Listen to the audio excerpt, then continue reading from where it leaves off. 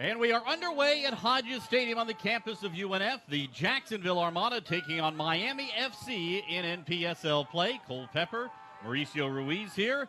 And this is the matchup of the only two remaining unbeaten teams in the NPSL Sunshine Division. And it's fitting that these two former NASL rivals will meet here for the second time this year. These two sides drew 1-1 to open the season down in South Florida. Yeah, and it's going to be a hell of a game. I think both of these teams are looking forward to playing each other as they've known each other from the NSL days. And you see there Gebhardt getting a chance early in the game. He was one of the more familiar matchups that the Armada and Miami FC 2 are going to be seeing this season, Cole. So I think they're excited to play each other because they know the competition level here. And there'll be some familiar names on the pitch for Miami for longtime Armada fans, including Jaime Chavez, who is in the box, and with both sides getting an early cross in, we expect this will be a fairly open and competitive matchup between these two sides. The Armada coming off a 1-0 victory over Storm FC last time out. Miami coming off a 5-0 shutout victory over Boca Raton FC. Boy, Miami's on absolutely tear right now. Last 3 games unbeaten, have not allowed a goal in 3 games. They're 13-0 goal differential, so they're feeling really good about what they do. And you mentioned what kind of wide open game it's going to be. It's two teams that like to keep the ball on the ground, two teams that make each other stretch out as much as possible. So you should see a lot of crosses, a lot of opportunities inside the box for both squads here. Here's Chris Turpak playing it wide. Turpak, the well-traveled 26-year-old. You'll recognize him with the headwear on. They're number 20. And Dylan Mayers, who starred last year for Miami FC in the North American Soccer League, was an NASL Best 11 performer a year ago, will trigger this free kick in from a dangerous position wide of the box. 2-man wall for the Armada. Keep an eye on Tyler Ruthman, the former Armada player in the box. Headed away by Meshach Jerome and cleared out by Mikey Melvin for Jacksonville. It's chased back on by Jeff Michaud, then sent back in. Once again, Jerome in the right position to clear for Jacksonville. Here's Gebhardt. Watch his pace down the left side. Gebhardt on the run. He's got Portilla to the inside. Now leaves a through ball for Portilla. Flag stays down. Portilla taken down to the box, then gets a shot away, but Daniel Vega got both hands on it for Miami. Vega, as you mentioned, has really been tremendous. The Miami defense really backboned by the Argentinian goalkeeper. Boy, and he's one of their veteran players. Obviously wearing the captain band there, but we've seen him in the last couple of years in the NSL, Cole. I mean, probably arguably the best, if not our top 2 goalkeepers in the league, and one of the better goalkeepers that we've seen, even U.S. Open Cup play against some of the higher oppositions as well. So a safety blanket for sure for this Miami FC defense. Former River Plate goalkeeper. Over 70 starts rather at River Plate in Argentina, one of the 2 biggest clubs in that country. So an excellent pedigree, and he didn't miss a game last year in the NASL. Played every single league fixture for Miami. Here's Coy Kraft, a newcomer to Miami. Plays it back to Tyler Ruthven, who was the Iron Man for the Armada. A couple of years ago, he played every single minute for the Armada, every single game, and only missed a few minutes, being taken out late in a couple of games. But as reliable as they come, Ruthven on that back line, and now he joins Miami this year. And I think he got a bit of a nod from the 904 section when his name got called out. One of the favorite players here during his time, as you mentioned, Iron Man, who just gave everything in every single game. So it's nice to see him back on the pitch playing for another very good club. Here's Red Bernstein coming forward, put it on the ground, played away by Meshach Jerome. Don Smart, the Jamaican, chasing it down and lifts one over Squid Vicious, and it'll be a goal kick for Jacksonville. And you can see right away, both teams, I think they're going to give up a lot of possession to one another. They're going to make sure that they're defensively really sound when teams they do attack. If they try to press too high, I think those are both players on each team have the ability to knock each other, to knock the ball around and really break lines as they try to keep the possession. So a lot of just retracting back, as you see it here, Miami FC perfectly fine with just dropping back and really not trying to press. And Chavez up top is definitely a player you always have to look at. He's been scoring on a rampage here the last couple of games. As he did last year when he scored in 6 straight in the North American Soccer League late in the season. That included a goal, decisive goal against the Armada. And I think you're going to see a much different feel for this match than we saw on Saturday against Storm FC for the Armada. Storm was a team that didn't think they could match up roster versus roster, so they really packed things in and made it difficult for the Armada to break them down. Miami absolutely believes that they have the roster. While it's not quite the roster they had last year when they dominated the NASL Best 11 list, they have a number of those players back this year and some very skilled and talented players playing. Miami has taken a very similar approach to this year in the NPSL as have the Armada. Try to collect some good players who are veterans, build for the future, try to put things in place so that once whatever decision is made for the league placement next year, that there's a competitive team to put out there. Here's Josh Castellanos. Well, I'd say that both of these clubs have done extremely good job of attracting these players. In the method, you only really have training programs to sell them. You don't have much of a schedule to sell them in the form of competition. So for a team like Miami FC to be able to attract Don Samar, Turpak, and be able to retain some of the players that they had last year, you mentioned Dylan Maris as a top 11 in the NSL. It's pretty impressive what this organization and administration of both clubs have been able to do.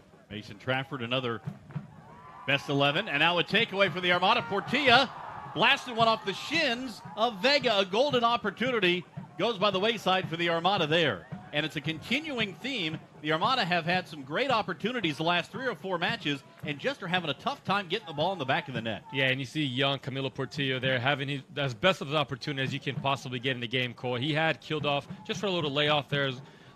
Young player, he's trying to get himself on a score sheet as much as possible. Coach Solari really likes what he sees from him, but that would have gone a long way to build up his confidence. Trafford plays it all the way back to Vega. It's a high pressure now applied by the Armada. Castellanos coming forward, trying to get it away from Trafford. That's a veteran working against a young player in Castellanos. Yeah, not very often you see a left center back megging an attacking player. They're typically the opposite way around, but that was veteran against youth. You know, it's interesting you're talking about selling a training opportunity. One of the things that Mark Lowry told me after the match on Saturday was, with all the games coming up here, the Armada will play in a stretch that we're within now, 5 weeks where they'll play 10 matches. There's just not a lot of training time on the pitch when you have weekend matches and then a Wednesday match. So in terms of improving the game, improving individual players, a lot of that has to come down to what the players do mentally at this time of the year. It gets hotter, it gets more humid, and the time on the field and training really lessens because of the schedule. Well, absolutely. I think you're in the meat of the schedule right now. Right? I think the current schedule mirrors an NSL schedule, but after July is over, August, September, they're really going to be looking at scrimmage games. They're going to try to keep themselves as busy as possible. But what I think both of these clubs are trying to sell to these players, and I admire them too, is an opportunity to play, is an opportunity to be treated like a true pro. Two organizations that organize themselves extremely well and run their systems extremely well. So you see players get an opportunity to play. They're trying to get the experience, and some of them, the guy on the ball there, Don Smart, he's a veteran in this league. We've seen him playing for Indy 11, and he's tormented the Jacksonville Armada for the past several years. And you mentioned Vega, arguably one of the best goalkeepers in the country. And he says this Miami FC team, Miami FC 2 currently, has a really good opportunity for him to continue on his craft. And that is, if you do the compare and contrast, the Armada are not calling themselves or positioning themselves as Armada 2. This is the Jacksonville Armada. Right. Miami, for a number of reasons, some of them semantic, some of them more practical, calling this installment of the club Miami FC 2. But make no mistake, this is the top club for Miami FC, and it includes many of the players who were stars in the NASL team last year. And it was a team that not only dominated the individual ranks, but as a team, they had the spring season championship and the fall season championship before losing to the Cosmos in an upset in the NASL championship semifinals. Well, you remember, this is a team that walked into Orlando City Stadium and beat Orlando City 3-0, I believe the final score was in U.S. Open Cup, and they had a great run. I think they went up to beat DC United after that. So this is a very quality team, and as you mentioned, you look at the starting 11 right now, I can remember 8 players that were on the field that day. Yeah, this is promises to be one of the matchups most anticipated on the schedule for the Armada. Here's Portilla, nice little one-touch. Gebhard is in, and Gebhard scores! An 11th minute goal for Derek Gebhard, who scores in the second straight match. The Armada up 1-0. And what a great combination by 2 young, promising players from Jacksonville Armada. Little 1-2, Derek Gebhard and Camilo Portillo. Gebhard has been struggling to find the back of the net, creates a lot of opportunities for others. It's nice to see him put that one away, and you can just see the jubilation of Camilo Portillo, because just a few minutes ago, he really missed a wide-open opportunity. So it's nice that they're able to complete that one. Derek Gebhard's second goal of the season in the NPSL, and it gives the Armada a 1-0 lead. Last year, Miami won all 5 matchups against the Armada, and the Armada didn't score a single goal against Miami FC a year ago. Yeah, so they're on a much better track. They, as you mentioned, their first game 1-1 down there in Miami. So to be able to score right away, get this crowd into the game, because that's something the Armada have not done a lot, is play at home in the NPSL so far, and they haven't scored early at home. So it's nice to see on a Wednesday night to get this faithful crowd into the game right away. And we wouldn't expect a dramatic change in tactics here by Miami FC. This is a squad that's going to play open and attacking soccer nearly regardless of the score. Well, absolutely, and I think the one thing that we've seen a little bit of a change in the Armada back line. Coach Lauer has started to experiment the last couple of games with the 3-5-2. Really sometimes looks like a 3-6-1 because Portillo drops in underneath Kildoff.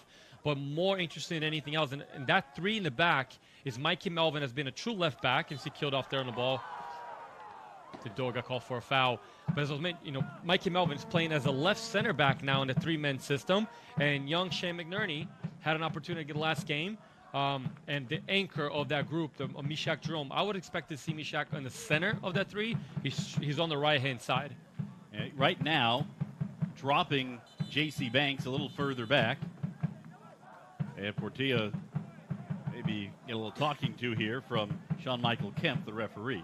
Yeah, and I think you'll see they might defend Cole in a 4-5-1 almost at times. As you mentioned, J.C. Banks as playing that right wing back, veteran player, but on the right-hand side, he might drop off as a right back, but make no mistake, attacking, they're going to a 3-5-2. And one thing that Mark Lowry's talked about, that nobody in the country at any level of soccer that he's seen in the United States utilizes the player movement approach that the Armada are utilizing. It's unique to what the Armada want to do and the style of play. And I asked team president Nathan Walter, well, where does that style come from? He says it comes from the club.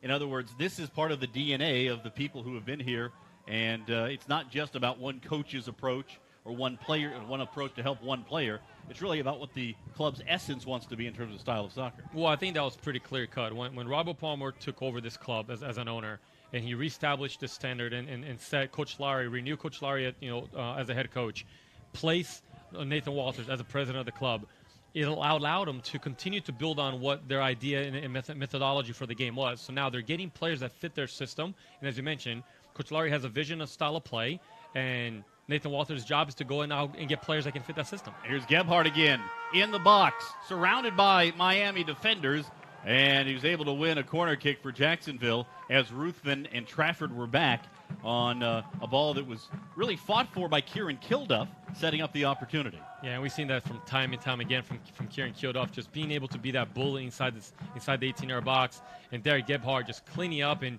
really creating a lot of opportunity the last couple of games, just being a real threat. Nice to see him get on the score sheet today.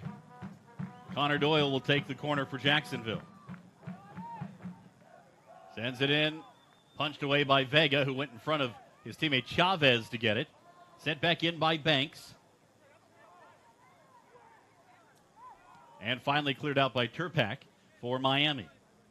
And just seems Miami defensively a little bit behind the pace, just 1 or 2 seconds behind the pace. A lot of easy opportunities. See there over the top.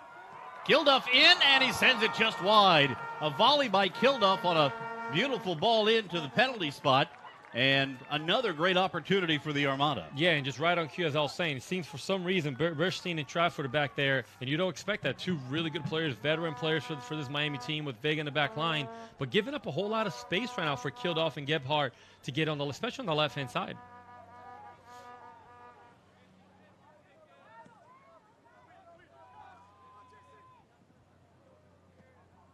Melvin sends it forward to Portilla. Now Gebhardt.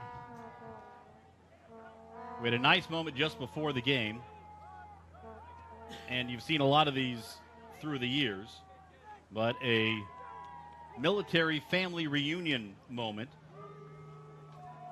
Ethan and Jolia Bauer were the coin toss kids for the match, 16 and 12 years old.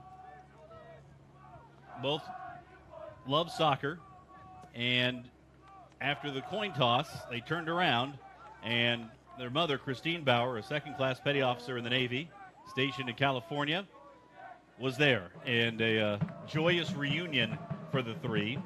Children have been living with a foster family, or a temporary family, let's call it, ever since October of 2016. They've only seen their mom 4 times since then, so you can imagine the emotional reunion for that family. And I'll tell you what, Mom knows best, because I was talking to her up here, Cole, just a little bit before she went downstairs, and I asked her, you know, what do you think the response is going to be? And she said it's going to be two completely different responses. My 12-year-old daughter, she's going to run towards me.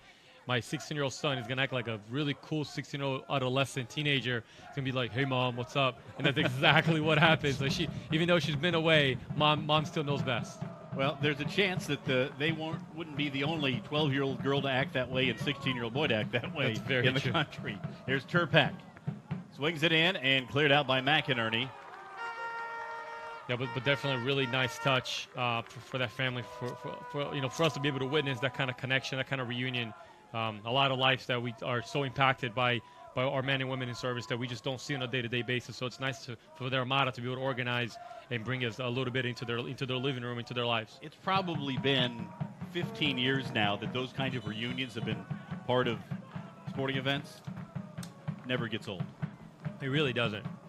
And you think it's going to get played out until you see the joy, of the 12-year-old girl just running towards her mom's arms. Absolutely, it doesn't get played out at all. Another corner opportunity here for Miami. Sent away by Jacksonville. And may get a card here. They get, I believe it's Chavez, who laid into an Armada player who was down, and that is Yuma, who's on the deck.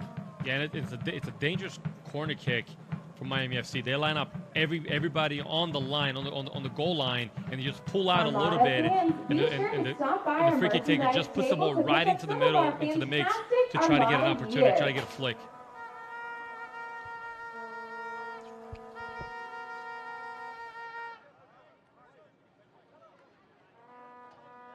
A little bit of an elbow from Chavez or something alike. Seems like he's going to be okay. I think we've seen Yuma almost in every single game have some kind of altercation with another. He's definitely the instigator. Even though he's not the biggest, not the strongest, he doesn't shy away from contact, and he's constantly in there, just chipping away at someone's heel. And he got the worst of it there. And the yellow card to Chavez. We'll keep a close eye on that. Obviously one of the more dangerous players for Miami. Yeah, Chavez just has a really good neck for the goal. He's a good finisher of the ball, good header of the ball. He's got a good size. He's a tough match. He's a tough matchup for the back line, especially the 3-man back line. And Shea McNerney only having his second start of the season. It's a pretty big task for him to contain Chavez up there. Armada up 1-0 on the Derek Gebhardt goal. Here's Gebhardt on the ball. Speaking of military families, he comes from one. Navy family. Here's Portilla. Portilla overlaps as he gives it off to Gebhardt. And Gebhardt over-dribbled it a bit. And Miami able to come away with it. Don Smart will clear it out.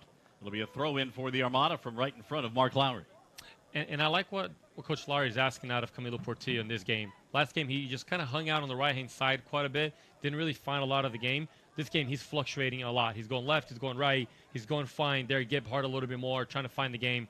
And he's actually getting killed off more involved in the game because it's becoming more difficult for the two center backs from Miami FC to try to find out who to mark, in any one specific time. From a coaching standpoint, when you start talking about formations and how to attack, and you've got a big body like Kilduff, what does that give you?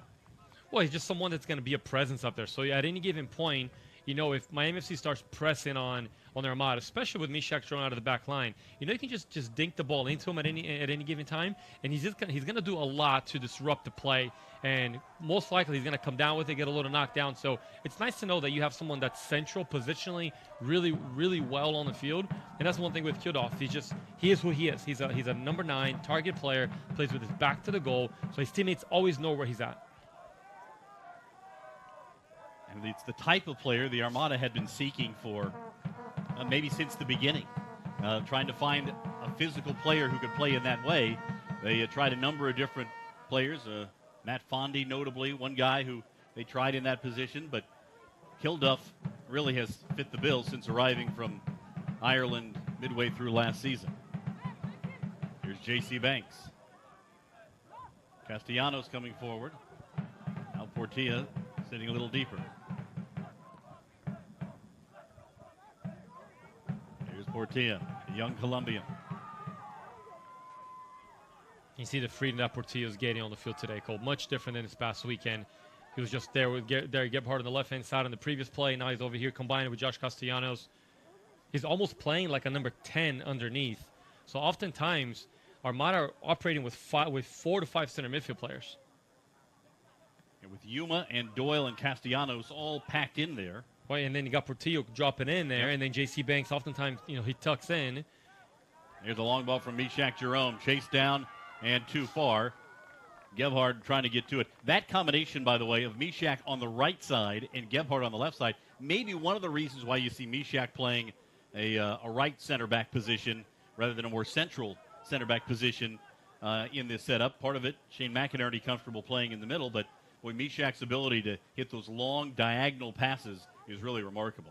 And what you're going to see here, you're really not going to see Mikey Melvin explore forward too much. He's going to sit back as a true center back. He's going to protect McNerney, and especially because Derek Gebhardt on that side, he's often gone.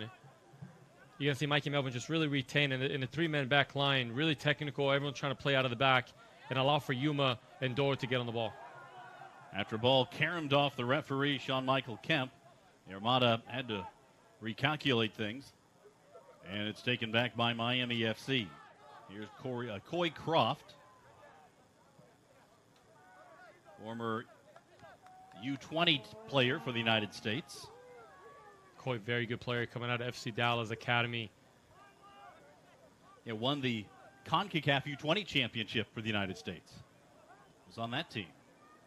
You talk about getting veteran players from this league, but Miami and Jacksonville, you start talking about players like Portilla, finding young, talented players as well. That's part of building for the future. Oh, absolutely. And I think there has to be a good combination between youth and veteran players. You need a couple guys that are just still want to prove something to themselves. They want to get into the league, and you need some veteran leadership within the team as well. So you see someone like Tyler Ruffin on the ball there, Trafford Berstein in the back. I mean, just true veterans of this league.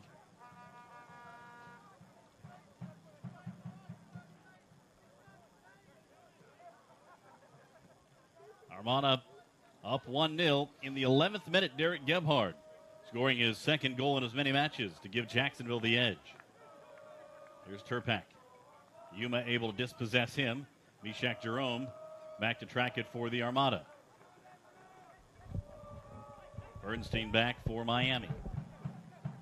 Coming up for Jacksonville, they will head on the road for 2 straight. First at Palm Beach United on Saturday. And then a week from today, they'll be at Miami United. Next home match for the Armada, Father's Day, June 17th, as Boca Raton FC comes to town. We were talking about Miami having the edge last year, won all 5 matches. Armada didn't score against Miami. All time, Miami leads the series 6 wins to 2. There has been 1 draw. The last time the Armada beat Miami October of 2016. So you have to go back a year and a half to find the last time Jacksonville beat Miami FC. Yeah, I know Coach Laurie really has his game targeted on the schedule because it's a game of two giants in this league. It's a game that proves a lot. You know, you see both teams undefeated right now, both teams on top of the standings. They're Armada because they had a little bit longer U.S. Open Cup run, lesser games in the NPSL league. Gebhardt sends one in. One touch and set aside. Quick little turn by Portilla. And Portilla just saying, what do I need to do to get the ball in the net? And he did much better there with a lot more obstruction in front of him than he did on the previous one a few minutes into the game. But you talk about Kildoff. I mean, Portilla just had to put the ball on frame and hit the post. But why Kildoff is so important to this team. He knows exactly what to do. And that little layoff, it doesn't come very often. Most players would have turned, most nines that are selfish players, which most nines are, would have turned inside the box and would have tried to score, maybe score. But Kildoff is such a facilitator. He wants to get other players involved. And Portillo and Castellanos and Gebhardt, young players with a lot of energy, they know that, so they keep feeding off him underneath him. You're talking about the youth of Portilla, just 19 years old. Mentioned before, he played on the Colombian U17 team. Now Sean Michael Kemp going to have a conversation with somebody. Piece of paper tucked in the socks there.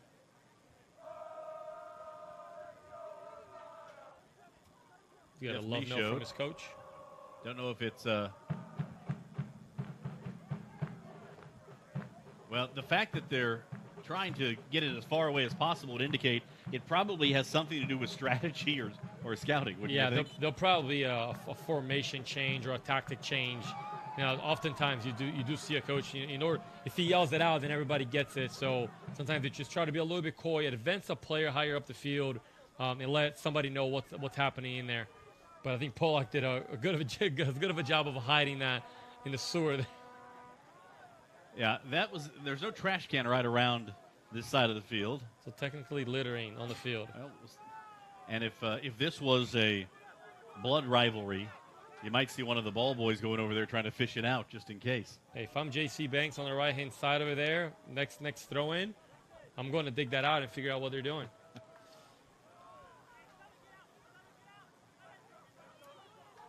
Interesting to see that the referee didn't really appreciate that too much.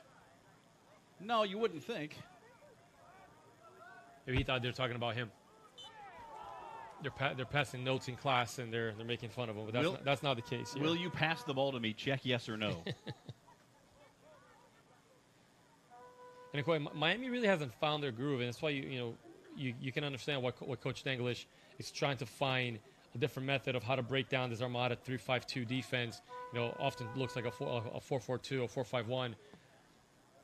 But they really haven't found their groove for a team that is as talented, as technical, and have been so efficient last couple of games, as we mentioned. 3-0, 13 goals for, 0 goals against. They really haven't found their way here. And when you have someone like Jamie Chavez and Dylan Mars underneath and playing Turpak on one side, Smart on the other side, that's a pretty dangerous attacking, group. And they really haven't found their groove just yet. So interesting to see what changes they make here in the first half still. The Seagulls, by the way, are starting to try to make their feeding runs on the field. They're used to maybe finding some sustenance in their through ball. Here's Michaud. Don Smart out in front. Save made by the Armada. I think Holt got a hand on it, and Mikey Melvin may have gotten a toe on it as well. Great defending by the Armada.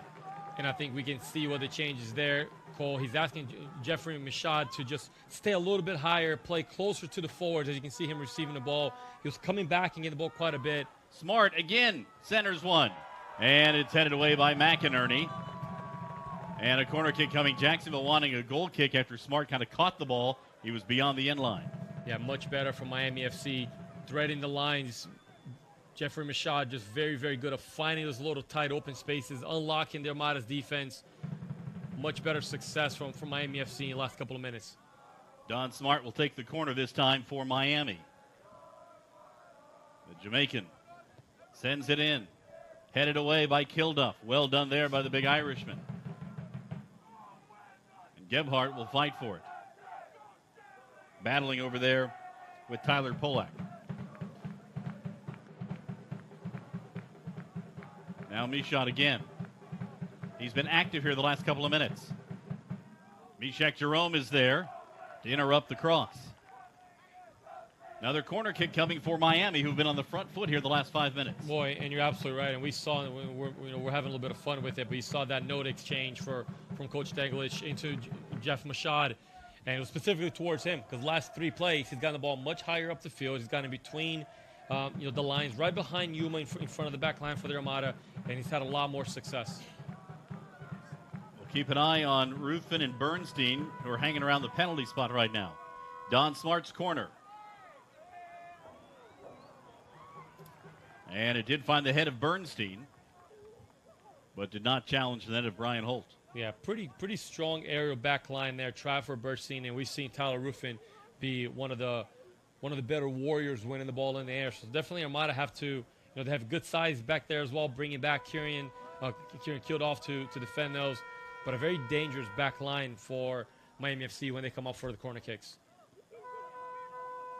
Miami's going to apply some pressure here. Brian Holt sends one ahead. Miami able to take it away. More than a half hour in, the Armada's lone goal stands. But Miami asking some serious questions right here. Turpak along the ground didn't really challenge Holt. He had a handful to deal with Meshach Jerome right on his hip. Yeah, and Chavez was asking for that ball just a little bit lighter. It's too heavy for Turpak. Naturally left foot. He got on his right foot. He's not going to shoot from distance. So I think he tried a little bit of a pass. Got a little bit heavy on him. Gebhardt can't believe there wasn't a foul there and says something to Sean Michael Kemp, the referee. And the chess match has started between both coaches here. You've seen the adaptations and the adjustments that Miami FC have done. Armada now have been more of a defensive team. Obviously, they have the lead. They're trying to retain that a little bit more. But much more success offensively. And I was talking about how Miami had not found their groove just yet. And it seems that they're starting to figure out what works for them. Some pressure on Vega, who gets it away. Meshach Jerome heads it back. Kilduff got a shove. Mason Trafford with a hand to the back of Kieran Kilduff. Free kick coming from probably the Jerome zone. Yeah, and I think there's going to be a service. Jerome will definitely get on it because we've seen several different methods of how he takes free kicks. He can serve it, he can drive it, he can put some curve on it. And oftentimes he just quite surprises you. And even from a tough angle like this, long distance, he can put it on frame. Everybody departing and leaving Meshach to service this one in. Keep an eye on Shane McInerney. He's at the top left of your screen there, just outside of the penalty area. Meshach sends one that way. McInerney heads it back to Gebhardt. Now Portilla. Hard tackle from behind, and this should be a card. Yeah, Polak, Portillo's going against his attacking goal. And anytime a player comes in from behind like that, even if they get the ball, which it seemed like he might have gotten the ball, but when you get a player with it, coming from behind, not necessarily a dangerous play from Portilla. He was going away from the goal. But you called it, Cole. McNerney coming up from the back line. Big boy, 6'4". And you see him on the near side of the screen here. Be marked by Tyler Ruffin once again. I will suggest they're going to continue to target him as much as possible. And it'll be Connor Blake to take it this time.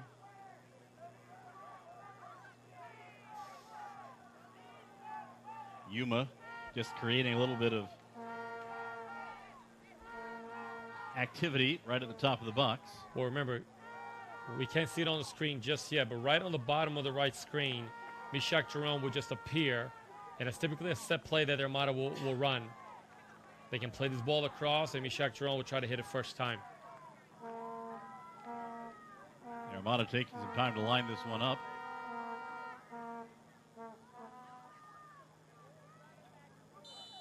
Here we go. Connor Doyle sends it to the penalty spot. Kilduff tried to get ahead to it. It was sent aside by Mason Trafford. Throw in coming for Jacksonville from in front of the bench. Yeah, having a player with the right foot of Meshach Jerome gives you so many options on set pieces, on free kicks, restarts. Portilla coming back, no whistle. Now the Armada can counter. Yuma sends it wide for J.C. Banks. Banks has some support coming. And Vega steps in front of that one as Castellanos was making a far post run. Yeah, that's exactly what J.C. Banks saw. He saw Castellanos on the back post, just floated the ball just a little bit, made an easy catch for Vega.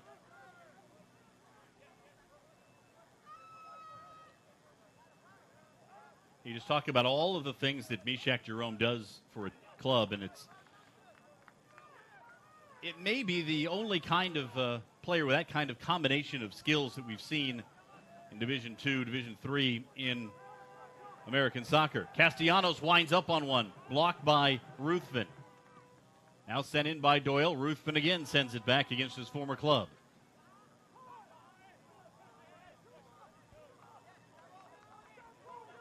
Now here's Chavez. Meshach Jerome back defending. Chavez headed along the ground. Holt able to cover it up on the near post. Yeah, and Chavez got a good handle on that ball. Seemed like a routine save from Brian Hull. A little bit tougher than it looks, Cole. He's got a tight angle there, and Chavez actually got quite a bit on that ball. Yeah, but you mentioned Meshach's ability to be able to thread passes, short passes, long range passes. It definitely is a skill set that you don't see very often on fields at the Division II level of any professional environment. So for the Armada to have a player like, and I think it was a big priority for Coach Lowry to keep a player like him, because that really initiates and allows them to play out of the back the way they want to. Portilla got a hand on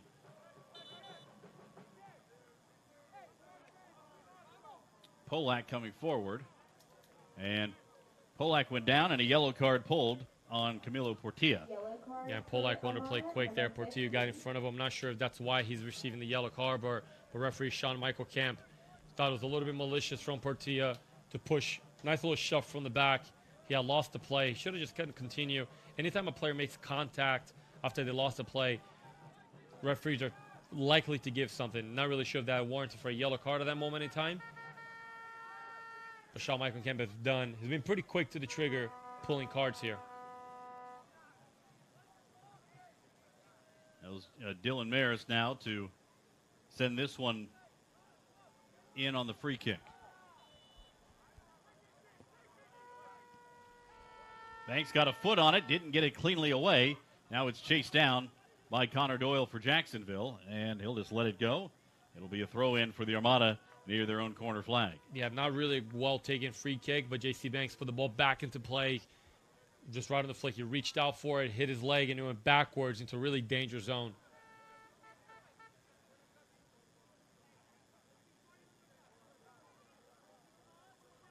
And Sean Michael Kemp having a conversation with Yuma over something.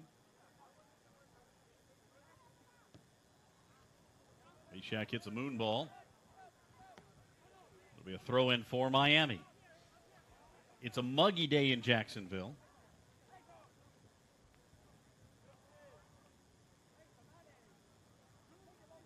It seems like both teams are just trying to continue to feel each other out a little bit, figure out what they're trying to do. A little bit of a slower game than how the first 5 minutes started. Here's Portilla on the run. Now Kilduff. Back to Portilla.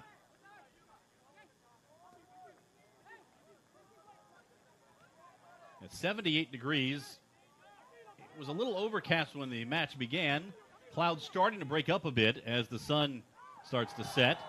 And now a hard challenge from Tyler Polak, and Polak already has a yellow against him. Portilla went down, and I don't think he's going to get another yellow, but I think he's going to get that virtual orange here. Well, and that's the compromise that the referees they put themselves in. That was deserving of a yellow card, but he was so easy, so early to give so many yellow cards early in the first half. Now, because that's what Kilduff is complaining about. You gave a yellow card for Portilla just 5 minutes before on something much softer. That was deserving of a yellow card. Now he doesn't want to dish out reds. So referees have to be really careful in how they manage the game early. that would have been better suited to have an early conversation and then a yellow card, then the opposite way around. Again from the Jerome zone. As you mentioned, we have seen Mishak strike a ball on frame from this position. Here it comes. Sent toward Kilduff. He got ahead on it, but chased down by Turpak for Miami. Just not enough people crashing the box on that knockdown from Kilduff. Castellanos tried to sneak one through, but Trafford was there for Miami. Now, long ball for Chavez, headed back by Mikey Melvin. Well done by the Armada defense. Chavez really likes to cherry pick. He'll float out there and wait for the opportunity on those long balls to create some 1v1s. Yeah, he does a heads-up play from Mikey Melvin. He trusts his hold to be off his line, but dangerous play as well, because if they're not on the same page, you have someone like Chavez, and that's the second Meg from Trafford there, huh? Maybe he should be playing attacking mid. NPSL best 11 last year, his third year in Miami, Mason Trafford, former Ottawa Fury player. He's shown some good footwork here in the first half. Absolutely. 4 minutes regulation time remaining here in the first half. The Armada up a goal thanks to Derek Gebhard's play. Now here's Castellanos making that run. And on the edge of the box, he's dumped. It'll be a corner kick for Jacksonville as there was no whistle called. Coy Kraft tracking back took down Castellanos. And that was a great recovery from Coy Kraft, because Castellanos continues to make those penetrating runs from a deep line center midfield position. And it really begs the question, who's going to defend him? Is it going to be Trafford? Is it going to be Coy Kraft as the defensive mid recovering with them? And oftentimes when they can't answer that question, it's when you see Castellanos wide open with an opportunity on goal or shooting back across. Connor Doyle has taken most of the corner kicks for the Armada this year. He'll take this one.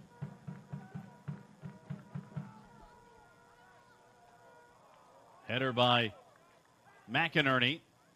Did not redirect it in the direction he wanted. Yeah, just not enough activity on the corner kicks or in the set plays from the Armada. So it's like they're expecting one thing to work out, and if it doesn't, everyone's just staying around looking for it. Here's Portilla now. Gebhard. Out wide, Mikey Melvin. He stayed forward after that last corner kick. Now he starts to track back. Mishak Jerome hits one about 1.5 miles high. Yeah, I didn't think anybody was going to head that one coming back down. Now here's Kilduff, maintaining possession for Jacksonville. Castellanos looking for some open space. Portilla.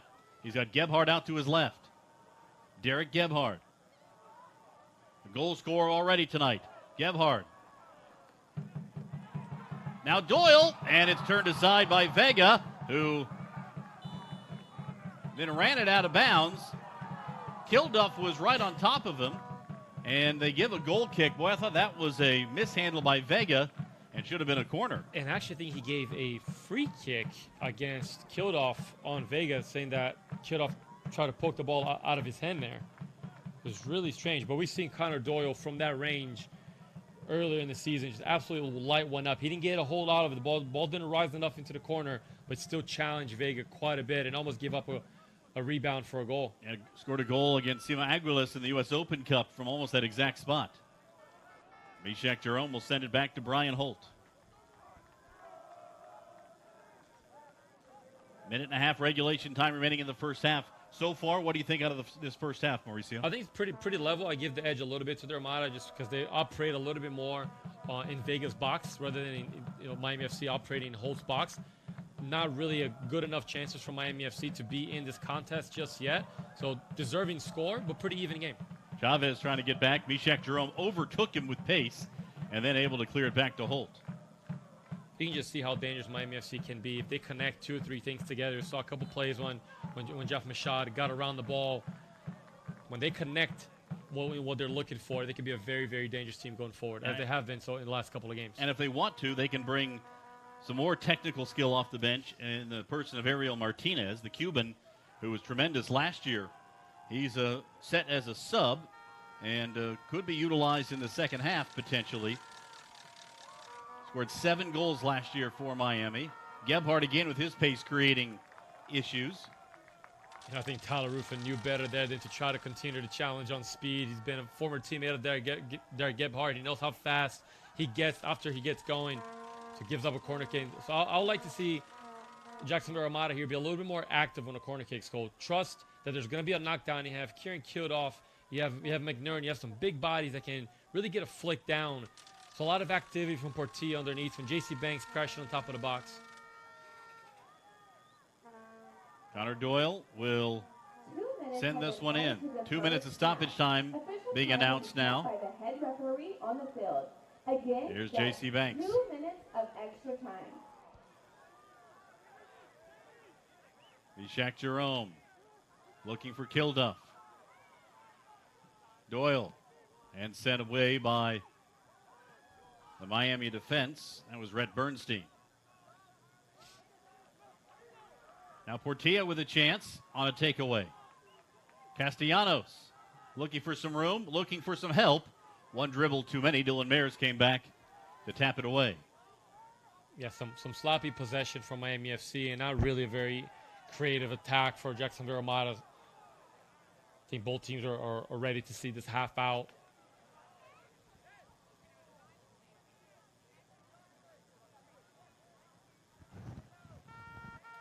Miami hoping for one more opportunity here to level things before halftime.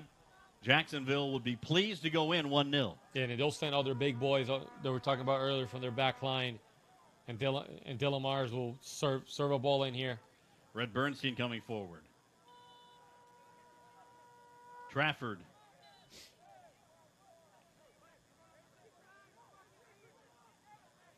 Derek Gebhard trying to create an obstacle. Headed away by Doyle. Kept in by Coy Kraft. And Kraft just sort of sends one in the general direction that time of Jeff Michaud, but not too dangerous. Final seconds of first half stoppage time. Ruthven the throw in. It's on the deck and sent away by Kilduff's foot. Kraft again. And that's the end of the half. The Armada with an 11th minute goal by Derek Gebhard, their first goal against Miami since 2016. Jacksonville looking for their first win against Miami FC since October of 2016. And they're off to a good start at home. 1-0, Armada with the lead. We'll take timeout and come back for the second half of the Armada and Miami. The Pink Ladies are the only all-girl team in the league. They have played their hearts out the last 3 years competing against some very tough co-ed teams. Yet, these girls have risen to the challenge and have one of the best defenses in the league. They have grown together as a team over the last 3 years under the direction of Coach Tim McElroy, whose daughter is also on the team. This is a very passionate group of girls who love the game and want to show these boys that they are every bit as competitive as good as they are.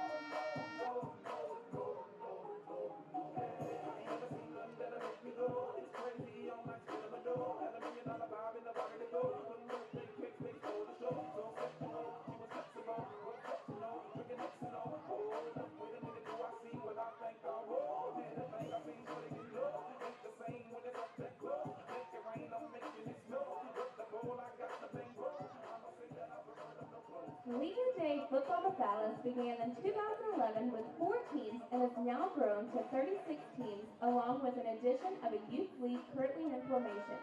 The League of the Balance motto is one more athlete, one less criminal. One who becomes an athlete makes his nation greater.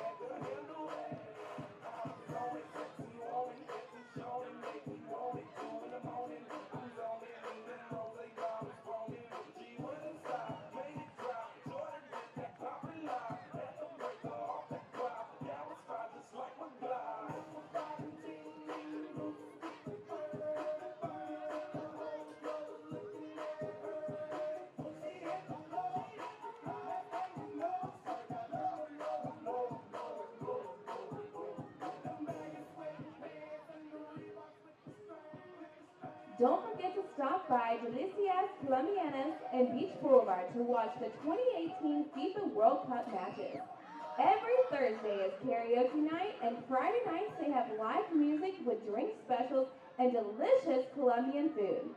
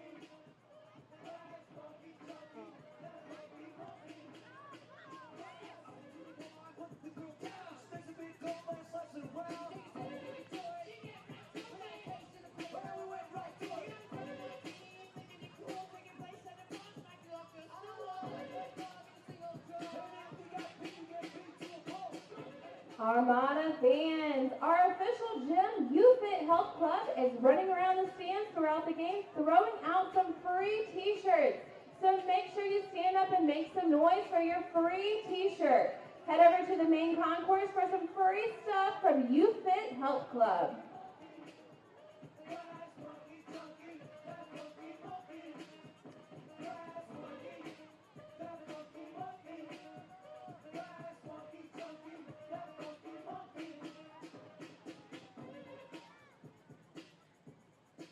One hungry child is one too many. 1 in 4 children go to bed hungry every day.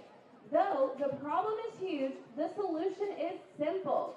$1 donated provides 4 children with a nutritious meal. Stop by Hunger Fights Tent and learn more about childhood hunger in your child's school.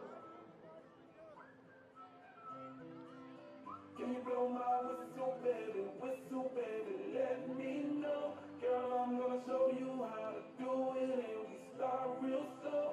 You just put your lips together and you come real close. Can you blow my whistle, baby, here we go.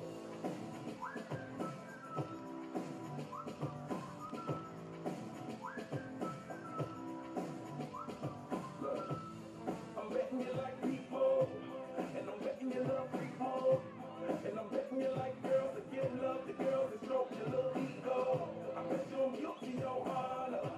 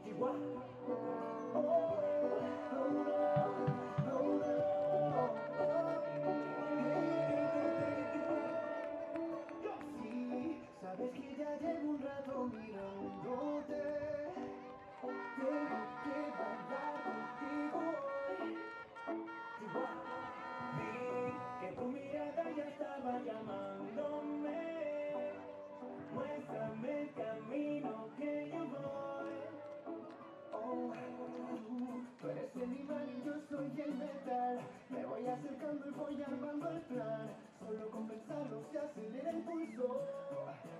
Oh yeah, ya me está gustando más de lo normal. Todos mis sentidos van pidiendo más. Esto hay que tomarlo sin ningún apuro. Despacito, quiero respirar tu cuello despacito. Deja que te diga cosas al oído, para que te acuerdes si no estás conmigo. Despacito, quiero desnudarte a besos despacito. Firma las paredes de tu laberinto. Hacer en tu cuerpo todo un manuscrito. Sube, sube. Quiero devanar tu pelo, quiero ser tu ritmo. Que la enseñes a mi boca. Tus lugares favoritos, favoritos. Déjame sobrepasar tus olas de peligro. Hasta provocar tus gritos. Si te pido un beso, vendámelo. Yo sé que estás pensándolo. Llevo tiempo intentándolo. Mami, estoy vacilándolo. Sabes que tu corazón conmigo te hace bam bam. Sabes que esa beba está buscando de mi bam bam. Me pruebas de mi boca para ver cómo te sabe. Quiero ver cuánto amor a ti te cabe. Yo no tengo prisa, yo me quiero dar el viaje. Desde ese momento. And now, please welcome back to the field Miami FC 2 and your Jacksonville Armada FC.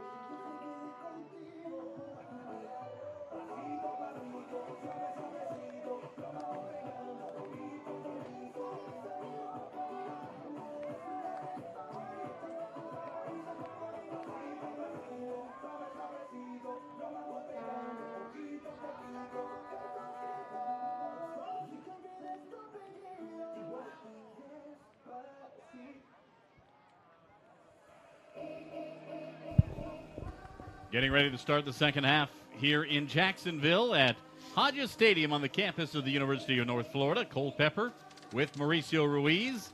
1-0 the Armada the lead after a first half goal in the 11th minute by Derek Gebhard.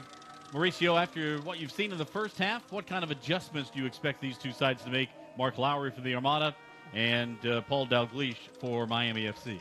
Yeah, Nico, and I'm not sure there's going to be any tactical adjustments. I think both teams had a bit enjoyed the ball a little bit. I think it's more from a mentality standpoint and an energy standpoint.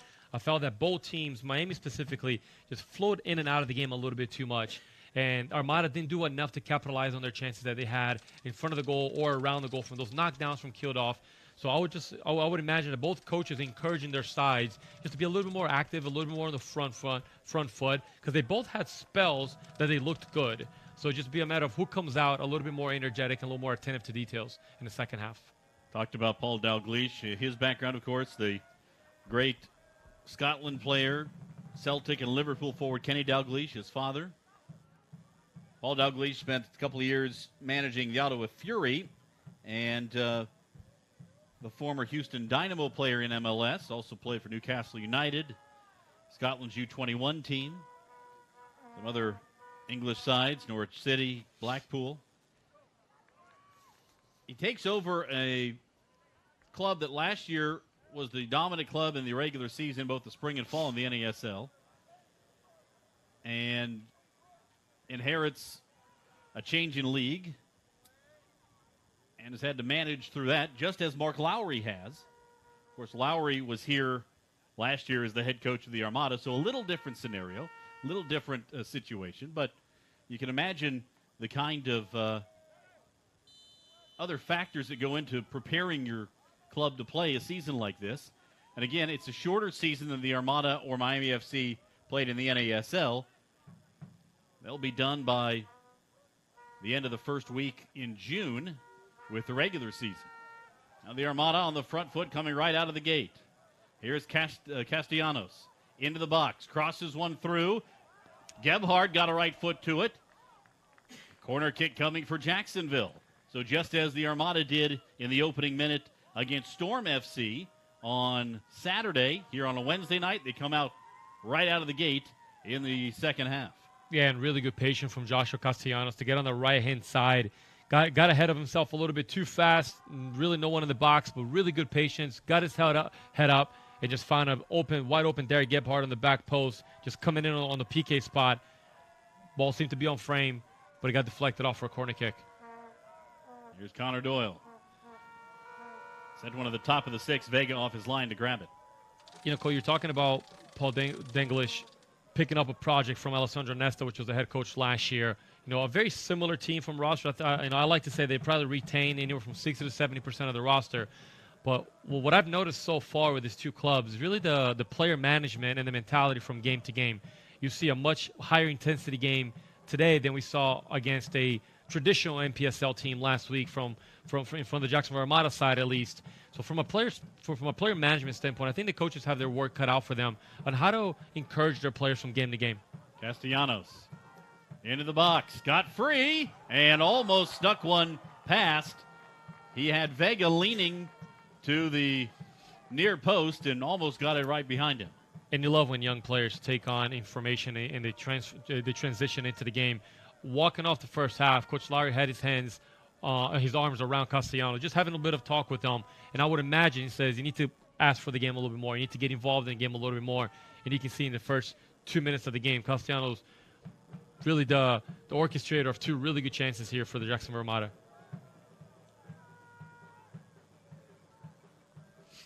Here's Turpak for Miami. Yuma the takeaway. Yuma on the ball again. Killed up to Banks, and now a through ball. Offside flag is up as Portilla was sprinting through the back line of Miami. Yeah, and Portilla forgot to look over the defensive line. He was well offsides on that one. Really excited about the opportunity to get in front of the goal and maybe make up for his missed goal in the first half. But when you have some youth on the roster like the Armada do, and guys who were playing, Gebhard, although he's got some experience, still young, still though. Just 21 years old. You got a 19-year-old in Camilo Portilla. Sometimes those things happen. But you have four relatively young youth players. So Mikey Melvin doing a fantastic job as a left center back, a left back for the Armada. He's pretty much played 90 minutes of every game this season. Yeah. You know, just graduated from University of Clemson University. You got Joshua Castellanos, a local player. Both him and Mikey just both graduated from their respective colleges. And you have Derek Gebhard and Portillo. I mean, you have four under 21 players on this roster that Coach Lars is heavily dependent on. Yeah, the oldest of those being Castellanos, who just turned 22. So he's the old man in the group. Yeah. And then you have McNerney in the back as well, first-time pro. So you have really 4 or 5 young players that are doing a pretty good job in comparison to a Miami FC team that you really don't see that much youth on the team. You see a lot of experienced players there. You know, Coy Kraft, Jeff Mashad, probably the two youngest players on their roster, at least on the field. Here comes Portilla. Into the box. Lays it back for Castellanos. J.C. Banks just ran out of space and ran right into Chris Turpak.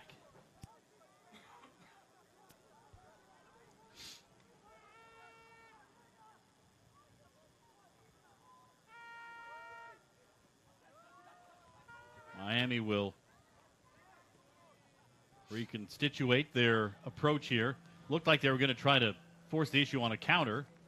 And I'll tell you what, they tried, Cole, but the Armada's defense recovery was really good. And you see who's playing on the right wing position there? Number 9, killed off, only because J.C. Banks stayed down after that play. So he does a lot for the team. You see J.C. Banks coming back into the picture there. But Kieran's just his willingness to defend and to do whatever is necessary for the team doesn't often show up on a scoreboard or on a stat sheet for that matter. Yeah, and how many number 9s have that kind of defensive awareness? And now once again, Sean Michael Kemp, the referee, getting a long conversation from a number of white shirts. Polak should be careful. He should have gotten a yellow earlier. Now here's the yellow for J.C. Banks. Yeah, probably deserving yellow. A bit of frustration. Yellow coming back into the play. Thought he got hit in the head, hit in the face when he's on the previous attack. Just silly play. Just a little. J.C. Banks has been a little bit slow going today. Hasn't really got himself into the game as much as we are used to seeing him. Good veteran player, very dependable. 27-year-old from Milwaukee. Played a couple of years for Minnesota United. Also has played some indoor soccer. Comes from a good soccer family. His father, Jimmy, played for the U.S. men's national team back in the late 80s. Good player, very versatile. Can play center as a true attacking mid. Can play on the right-hand side as he's doing now. Coach constantly puts him back as a right back. Birthday shout-out is going to Randy. And he's having a conversation right now with Sean Michael Kemp as well.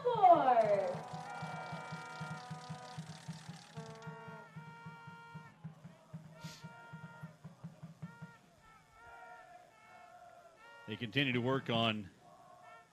Is that Coy Kraft that's down? I believe it is. And Coy's been really good. Young 21-year-old players. You mentioned some U20. Won the CONCACAF for the U.S. U20 national team. It's been really good in that number 6 role, just sitting right in front of the back line, allowing Jeff Machad and Dylan Mares just to orchestrate the game a little bit more.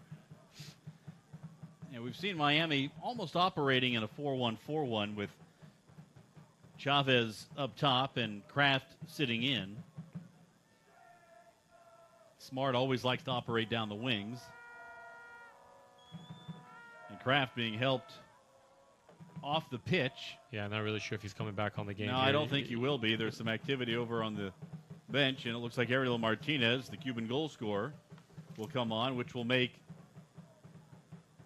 not only tactical sense at this point of the game, but also will change the setup for Miami, because Martinez is very much a go-forward kind of player. Yeah, he'll probably drop Dylan Mares as a more veteran player out of the two there, or even Jeff Machad at the 6, and just operate with a second attack, a second forward, and Martinez playing right underneath Chavez. Coming onto the field, number 10, Martinez. This one swung in. Yuma back to defend for Jacksonville. Well placed on the clearance right to Derek Gebhardt. He's got Portilla on his left. Gebhardt on the run. Feeds Portilla. Portilla, little bit of a missed touch on that feed. If he had a little cleaner touch, he might have been able to hit a through ball for Gebhardt. Yeah, that first touch just got a little bit away from him. He was probably looking for the outside of the foot with his right foot just to put it right in the path of Gebhardt. Still tried it even though it was late. And you can see that Martinez getting the ball early. Right away, you can see a player's quality, the first touch on the ball. He's got the speed that he has. So that's exactly what they're doing. Mares dropping into the 6 for Coy Kraft. And Martinez is going to operate as a double 10 underneath Chavez, him and Machad.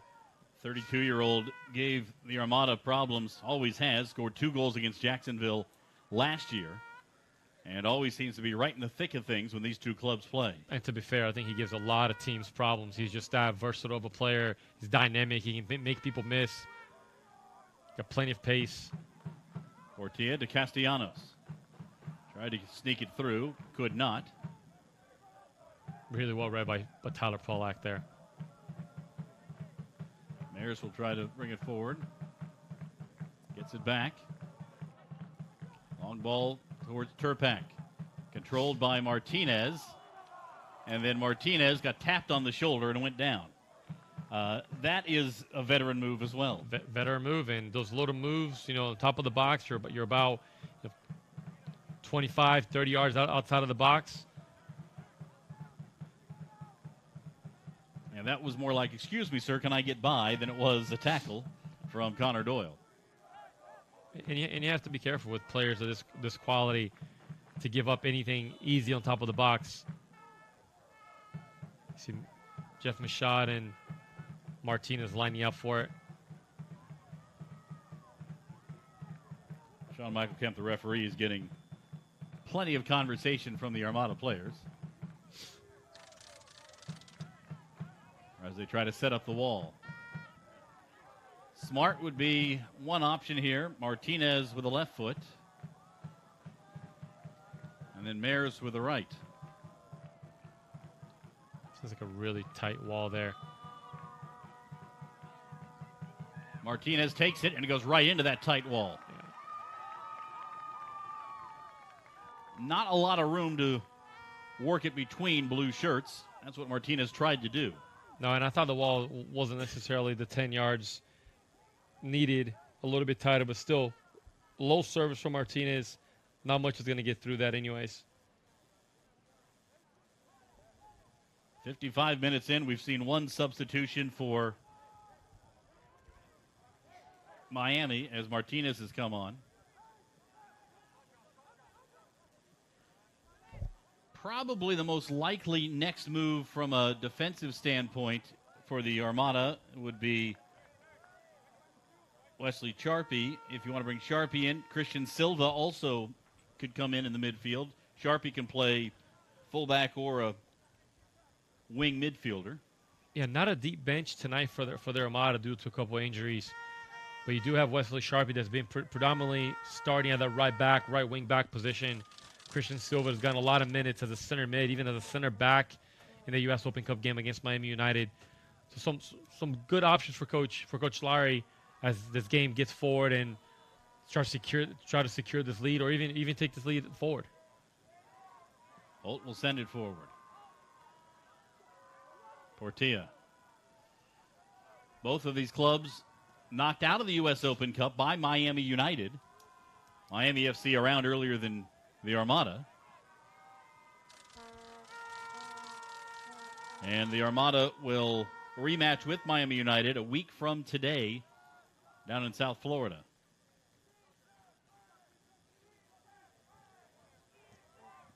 And Miami United currently playing right now in the U.S. Open Cup against Holston, Orlando City, down 1-0 at halftime. And this would be the match that the Armada had hoped for, to be playing Orlando City today. And the Armada would have been hosting, all likelihood, as they have in the past. And because the match would have been scheduled for today, they could have played it here on their home pitch. Absolutely, yep.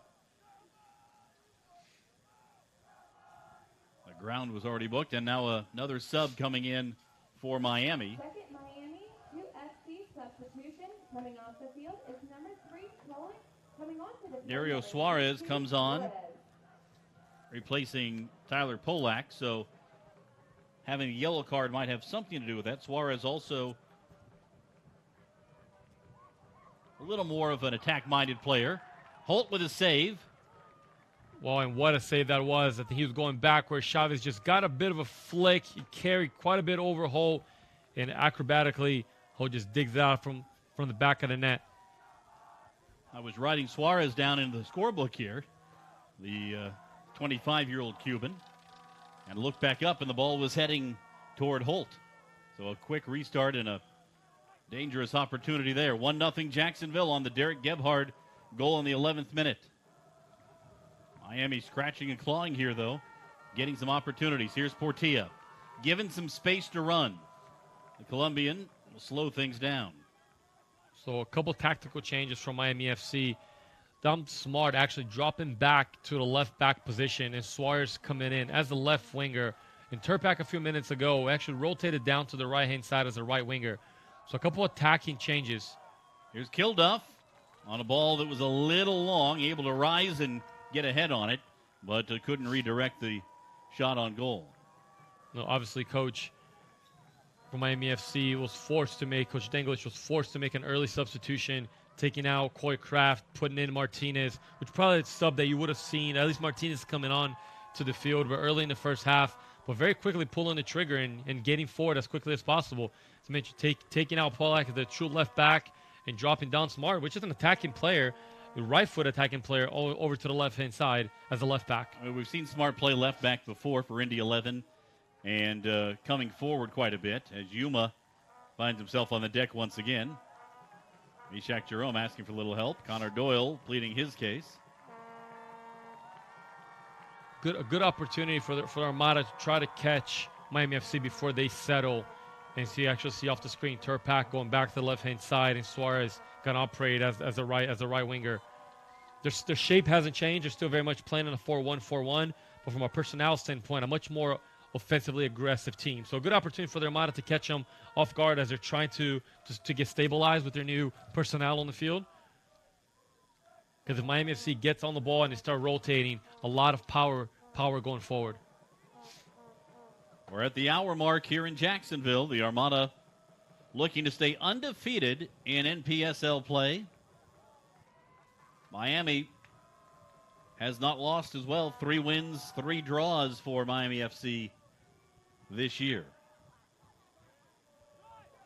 Now here's Suarez. His first touch since entering the game. Taken away by Mikey Melvin. And Connor Doyle will play it forward for Jacksonville. See young Cuban Suarez there trying to put a lot of pressure on Mikey Melvin. Quick player, 26-year-old. Very quick team this Miami FC have become here in the second half with Turpak on one side, Suarez on the other side, and Martinez just cleaning up and picking up those second balls.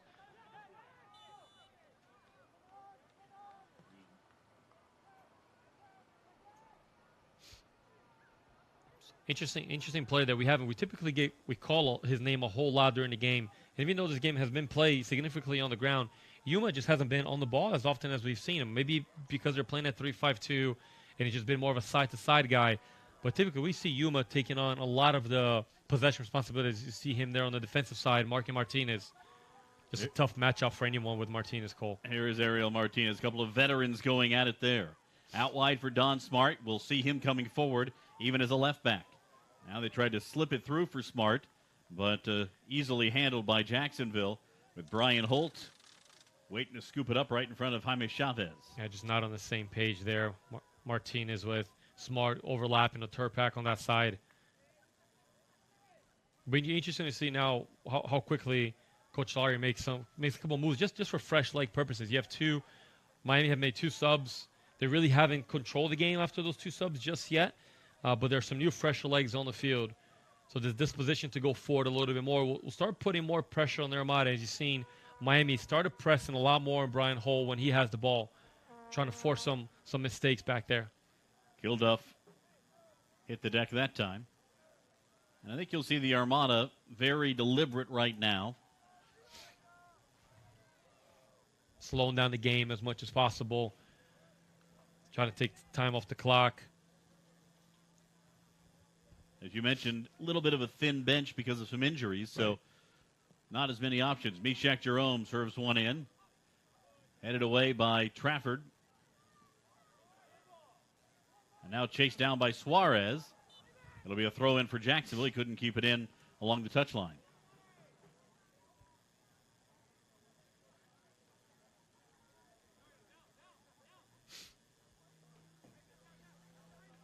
First meeting between these two sides. Armada scored first. Miami able to equalize in a 1-1 draw. There's Ruthven battling. A battle of former Armada teammates between Derek Gebhardt and Tyler Ruthven. Feels like Tyler knows what he's up against young Derek Gebhardt. Yeah, I would say so. A lot of hours on the training pitch with those two. Just think anytime that you defend a young player with that much speed, they're so unpredictable. Jerome sends one toward the penalty area. You know, the more you play in the game, you start developing your moves. So in a way, yeah, you perfect them, but you also become very predictable in the kind of player that you are. Young players are very unpredictable in how they attack and how they play. And Derek Gebhardt hasn't necessarily developed his, marquee move yet. So very uneasy for defenders to go up, to defend him. Yeah, you almost couldn't pin down the most common move by Derek Gebhardt other than speed down the left side. Trafford. Taken away by Jacksonville.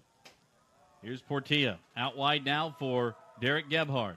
Let's see what kind of move Gebhardt has. It involves speed, sends it in the middle, and Kilduff just whiffed on a golden opportunity for the Armada. And Raz, we're mentioning, such an unpredictable player in a good way for there. Gebhardt just taking it down the line on his left-hand side, which is not his strong foot, and putting a lovely cross across the front of the box. None easier than that one for Kilduff. He's going to want that one back. Oh, you know, Kieran is going to be seeing that one in his nightmares. Just came right through him, and he was looking for the volley, but could not connect. And he's just been doing so much work this past couple of games, just not getting on the end of his balls for goals. So he's going to want that one back, because center forwards, they need that confidence to continue to do that dirty work. And you can see him there once again. How many number 9s are willing to do that for their team? Smart. Now Martinez. Sent in toward Chavez on the ground. Dangerous. Chavez didn't get much of a toe to it. And Brian Holt able to calmly pick this one up after a tense moment. Yeah, you can see Chavez there, just very aware, very good aerial player. 1-0 game, plenty of time left on the clock. This game is by no means locked away for the Armada. Got to be really careful on how they get forward and leave themselves wide open in the back. But they have to be mindful. They got to try to get the second goal here. It's not just about defending. You don't want to just sit back and defend a very proficient Miami FC team either. You want to get forward, and you want to try to get a second goal. Here's Mishak Jerome. Now Yuma. Portilla. Connor Doyle, and back to Portilla. The Armada with a long string of possession here. Portilla, a little step over. We'll send it back to Yuma. He'll quarterback things for the Armada. You think Portilla's growing in his confidence the last couple of games? Looks like it. A little nutmeg action from Mishak Jerome. Long diagonal pass. There's the speedy Derek Gebhardt. Now Doyle. Armada have possessed this thing for well over a minute. Mikey Melvin calmly to Doyle. Slams one off a chest of Dario Suarez. Probably the best spell of possession that either team have had in a while now, where they connected, 7 to 10 passes in a row. Started seeing Yuma get on the ball just a little bit more. Martinez tried to take it away.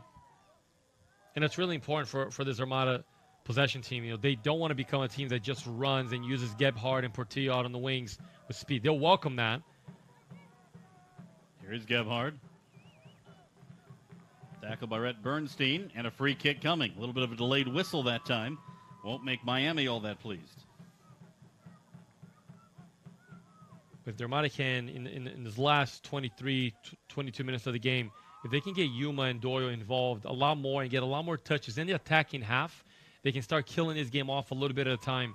If they continue to make a track meet between two teams, that's where Miami FC can be very dangerous with some of the attacking players that they have. Mishak Jerome and Yuma both in the area here. And this one might be going on frame. Mishak, last one. Oh, it just caromed off the crossbar. Ooh, what a shot from Mishak Jerome. Hit the top of the crossbar and caromed over, but he was looking like he was lining that one up and didn't take much of a run up on it. He really doesn't, and you never really know what kind of shot is going to come off, because his approach is so relaxed and is so composed, even when he's about to take a 40-yard bomb from outside the box. And I was just about to tell you, we haven't seen him hit the frame a lot with these. He's been hitting the wall, he's been missing the frame, and that was pretty close in Vega's goal. And the Armada continue with possession. Most of the last 5 minutes, the ball has been at the feet of a player with a blue shirt. Here's Castellanos, tackled off the ball. Wanting the call there, didn't hear the whistle. Now here's Turpak. On the counter. Chavez.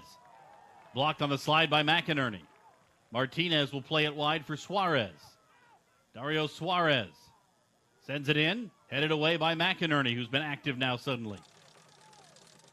The Armada backline hadn't been busy for a while. Suddenly business picked up. Boy, you can see how quickly Miami FC can turn it on, right? You see guys like Suarez out wide and Chavez in the midfield.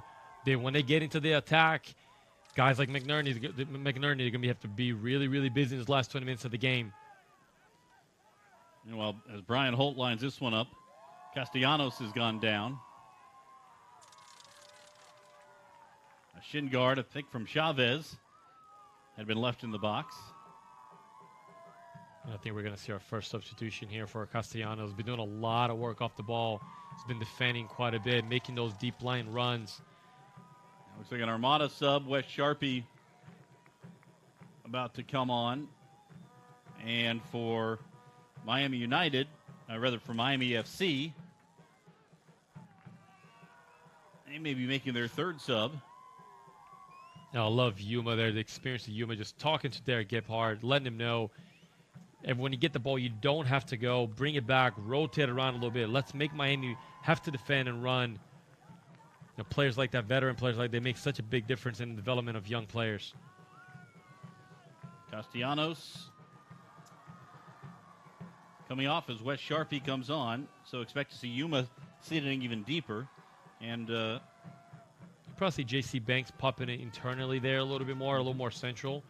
And Wesley Sharpie taking over J.C. Banks' position as a right wing back, right back on the defensive side. So Wes Sharpie will come on. 2 goals scored this year for the Armada, 1 in U.S. Open Cup play and 1 in NPSL play. Scored the goal against Miami to give the Armada the 1-1 draw.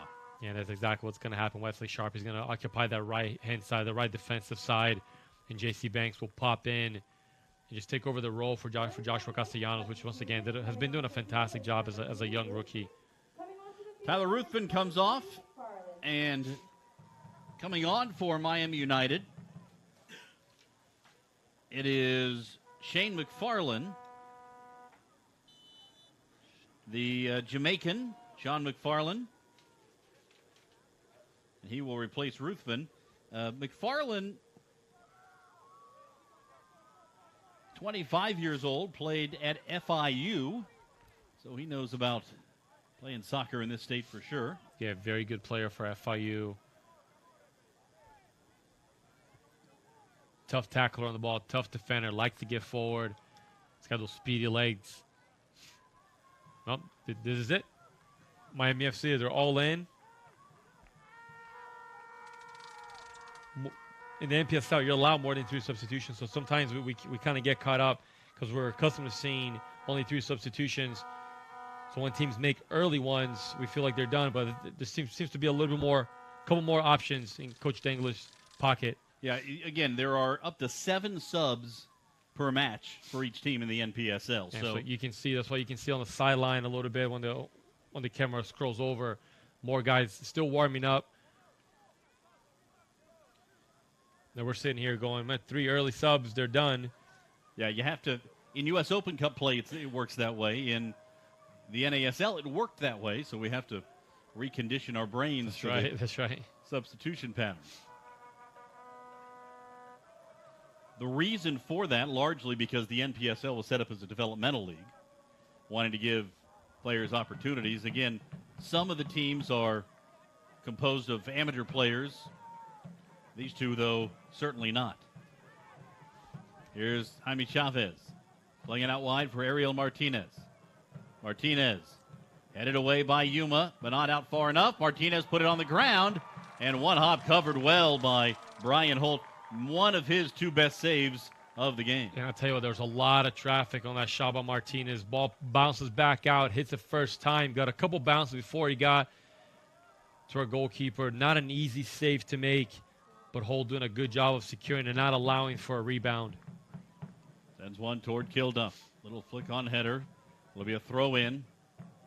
And Miami FC in the last play, they sent a lot of players forward, Cole. You saw, with Smart popping up, getting that service up. McFarland on this right-hand side was really high up the field. All of the subs Miami has made have brought on more attacking players than the player they replaced. Absolutely. Banks tried to redirect it. McFarland back forward for Miami. Now here's Chavez. Jaime Chavez. McInerney got in front of that one, and then the right foot of Meshach Jerome sends it back toward the halfway line. Here's McFarland. Tried to send it. Wasn't really cheating Holt. A little over aggressive, but it actually almost created an issue there. Holt going over for it. He wasn't well off his line at all. It wasn't a chip to keeper situation. No, McFarland was definitely trying to curve that ball in from a wide area. Just didn't get enough on the curve and started going over straight shot on goal and almost surprised Holt. Had it covered though. Ball went out of bounds. You think that was intended to be a pass? Oh, 100%. Yeah, he was trying to curve that in to Chavez coming in late or early in the box and just didn't get enough of a curve on it. Here's Gebhardt on the run. Gebhardt gets there. Derek Gebhardt. And again, he had some help coming down the middle in the person of Kieran Kilduff and then some late help with J.C. Banks. Vega came off his line, cut down the angle, and kind of froze Gebhardt for the moment. And it'll be a corner kick for Jacksonville, but another big opportunity there. Yeah, and I like Gebhardt trying to go to goal, and I love his willingness to do it. But with you sometimes comes some inexperience. He had J.C. Banks coming in. If he just delays that decision a little bit, J.C. Banks is coming in by himself on a PK 6-yard box. It'll be a tap in for J.C. But we love a veteran like J.C. Banks going in rather than complaining about it. He's encouraging the young Gebhardt to continue to go. Here's Doyle's corner, headed but not dangerously by McInerney. The Armada on corners have not really created a lot of dangerous situations here the last several weeks. No, they really haven't. And with their size, when McInerney coming up, with Kieran up there, they've actually gotten a lot of the first contact. Just not a whole lot happening underneath that, or a lot of that willingness to go and attack the ball. Oftentimes they're better off just playing the short corner and just keeping the ball in the attacking half. Here's Suarez going wide. And McInerney came, rather Sharpie got in there to tackle him off the ball. You're talking about McInerney from the last game he played, a little bit of uneasy at times, but today, tough task with Chavez, one of the better forwards he's going to see this year. And so far he's doing a pretty good job of locking him down, really good positioning. Physically, he's going to always do a good job. He just really that movement side to side. He's a bit heavier, but so far doing a really good job. Long throw into the box, headed once. Martinez couldn't get his foot around it. Yeah, and Sean McFarland coming all the way from the right back position to take the long throw on the left wing. You can see why he pretty much serves as a corner kick.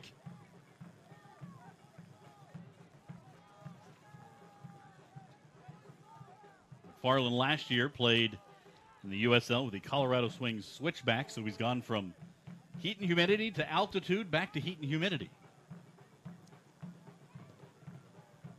And you see Miami FC applying a little bit of higher pressure, trying to make it uncomfortable for their Armada to come out playing out of the back.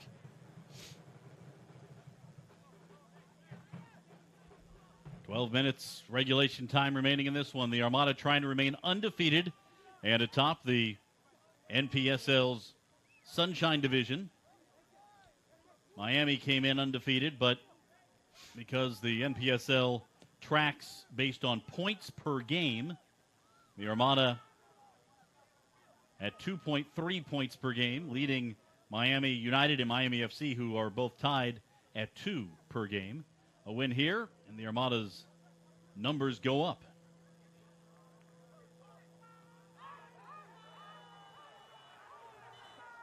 And we may have another card here as Doyle, I think, took some cleats to the head. I think Bernstein came in late after the tackle. Either he left his footing. And this is Armada. a convention of Miami players trying to influence John Michael Kemp, the referee. I think he's got his mind made up. Whatever decision he's going to make, I think he saw he had a pretty good positioning on it. Vega is the captain, so the goalkeeper coming out to have the conversation. Perfectly reasonable. You just don't see the goalkeeper as the captain all that often. And the referee is going to the pocket, and it is a red card on Bernstein. Rhett Bernstein is gone, and the Armada will play at a man advantage here for the final 10 minutes plus. And no, it's typically pretty telling, Cole, when the player that committed the infraction doesn't really argue that much. His teammates certainly did for him, But Bernstein, even after that play, never really argued too much what was going on. And when he received the red card, he just kind of walked away, knew what he did, came underneath. You see the reaction of the Armada players were pretty evident, pretty obvious that something malicious happened underneath as he carried out his leg, maybe left his cleat out there just a little bit more. It made it dangerous. Dangerous plays like that really have no room in the game, and I think Bernstein knows he made a mistake there. Now, Doyle immediately reacted as if he'd been spiked, and I think it was maybe in the hip area rather than in the head as it appeared initially. Yeah, and even if he doesn't hit him where it was intended, or it's just a dirty, malicious play, and referees have to be adamant with it. And as we talked about, he's been pretty. Sean Michael Kemp has been pretty quick to the card, and he's left himself with a couple opportunities in the first half to maybe possibly throw out a second yellow, and kept it in the pocket. But in this one, I don't think he could help himself. And Miami probably a bit fortunate not to be 2 men down right now. Oh, they might have to be really careful. It's very comical when a red card happens. The team that received the red card, they felt unjust. They get a boost of energy. And as with the many attacking players that they have now, they leave themselves completely exposed in the back, especially losing a center back. But they might have to be careful to weather this storm in the next 5 minutes and not to allow anything silly and allow a 10-man Miami FC to get back into the game. Miami's going to be attacking. And at this point, less than 10 minutes regulation time remaining, they'll likely be throwing caution to the wind. Here's Dylan Maris. Sends one into the box. Holt went up for it. Got a hand on it. Couldn't cover it. He's on the deck. Yuma defends. Well, what a job of team defense by the Armada there. And Portilla will just send it all the way down. Terrific defensive effort on a dangerous moment there for the Armada. Holt kind of was caught in between, it appeared, as he came off his line. Yeah, he had a little bit of traffic to deal with as he comes off his line and just doesn't deal with it as well as he would like to, at least for second chance opportunities for Miami FC. Here's Suarez. Gebhardt trying to defend him. And then a very late looked. I thought the first contact might have been whistle-worthy. The second was more of a nudge. I think he gave the benefit of the doubt to Suarez trying to get up and continue to play. And when he didn't. Quick restart. Chavez put one along the ground. Rather, Maris put it along the ground. Holt able to cover it. And he's not going to allow that quick no, play. I don't believe that Sean Michael Kemp had called for the ball to be put back into play. So this actually benefits Miami. It really does. And that's where young players like Derek Gebhardt have to be really careful not to give up any silly stuff. Referee, whether he consciously thinks of it or not, his human instinct is to make up the call. He feels bad about the fact that he had to give a red card. He agrees with his call, but he's going to try to make up for it. So any silly fouls around the box, he's likely to call it. And we might have to be really careful not to give up any free kicks like this around the box. Portilla was down on the ground back near midfield, and he's going to be subbed off. And Christian Silva will come on for Jacksonville. So midfielder for midfielder, but I think you would say that Portilla probably a little quicker, a little more dangerous on the attack, but Silva very skillful on the ball. Yeah, it's definitely a defensive move here. Here's Dylan Maris. Hit it high over the bar. And the Armada got lucky there. I thought Chavez with his left foot would have tried to bend that in and just created a little bit of problem for Holt. Lays it off to Dylan Maris and just gets a little bit too much on it. Going back to Silva's substitution here for Portilla. Young player Portilla did a lot today, created a lot of opportunities. Missed that early chance, wide open, but made up for it for sure. Now they're going to let Meshach Jerome take the goal kick.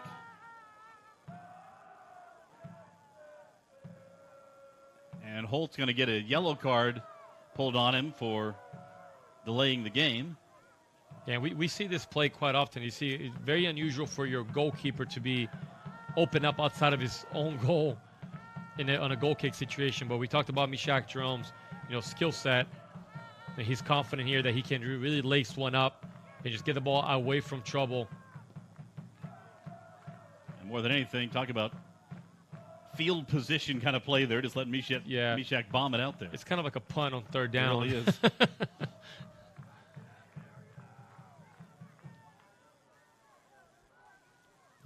Christian Silva coming in, for Portilla, but he's going to be coming in as more of like in a defensive role.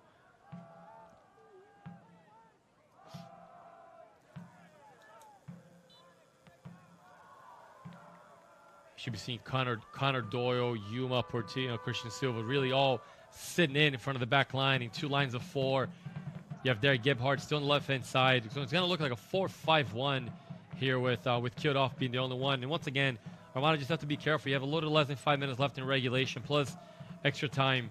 And it seems like after the goal, it's been free kicks after free kicks for Miami FC in really dangerous areas. This one a little further afield. Sent toward the goal and redirected that time by Trafford, but covered by Brian Holt. A couple of Miami FC players have gone to the 4th official and will be subbing on shortly. Again, Jacksonville playing with a man advantage after the red card pulled on Rhett Bernstein. Here's Wes Sharpie coming forward. He should have fresh legs. Sharpie tackled hard off the ball. Well, that's what happens now. You brought in, Christian Turpak, come down as a left back because Don Smart has stepped in as a center back in after Bernstein's red card ejection. Turpak with a yellow card. So there have been 3 yellows and a red so far against Miami. Miami substitution. And here come the subs. Number 32, Gonzalez, coming off the field. Number 19. Manuel Gonzalez is going to coming in, number 21, Greco. replace Jeff Michaud. And Thomas Greco comes in for Dylan Mayers. 2 center mid substitution, it seems like.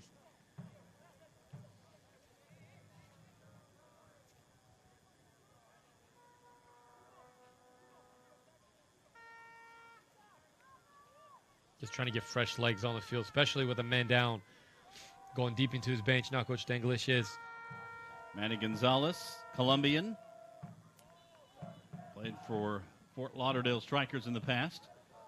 Here's Doyle to send it toward McInerney. And this one over the top. As McInerney was making the run. We'll have to head all the way back about 90 yards to get back in defensive position. Yeah, and I think it would be wise of McInerney now, maybe a direction from the sideline. You don't really have to go up on these. We've seen a couple of the younger Armada players get down on cramps.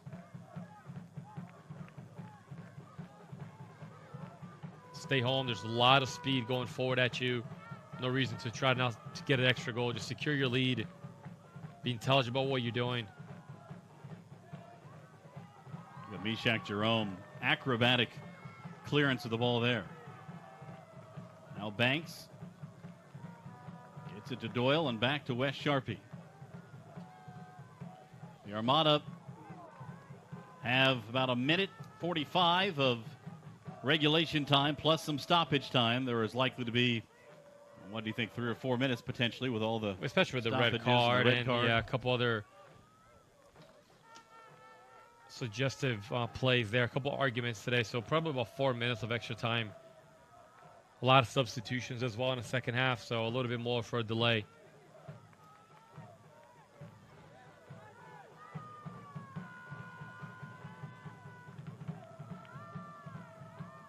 Brian Holt will launch a deep one.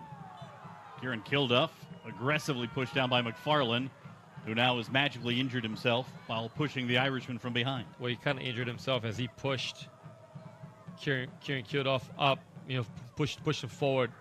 Kilduff stepped backwards and stepped on his heel. But the foul was called already. He's complaining that it happened before, but it actually happened after. After he pushed Kilduff down, Kilduff then stepped on his heel. Here comes an Armada substitution. Brian Bennett coming in, and he will sub off Connor Doyle. Armada substitution coming off the field, number 11, Doyle. Coming onto the field, number 14, Bennett. Yeah, it'll be interesting to see where Brian Bennett plays. We've seen him kind of just come in off the bench in a couple different functions so far this season. Oftentimes as a forward,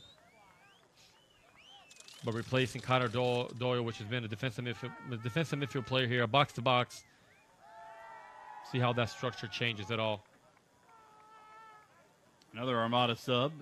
I'll take that back. They finally get Doyle off, and here comes Bennett. Doyle was taking the veteran's luxury time to find his way over to the side. Now Yuma to restart things. We are in stoppage time. We have not heard yet how much stoppage time will be added. 6 minutes of stoppage time now we're hearing added here at the end. We thought it might be something fairly substantial. Official time will be kept by the head referee on the field. Again, that's 6 minutes of extra time. It's very substantial. Mishak tries to blast one, didn't quite hit it cleanly.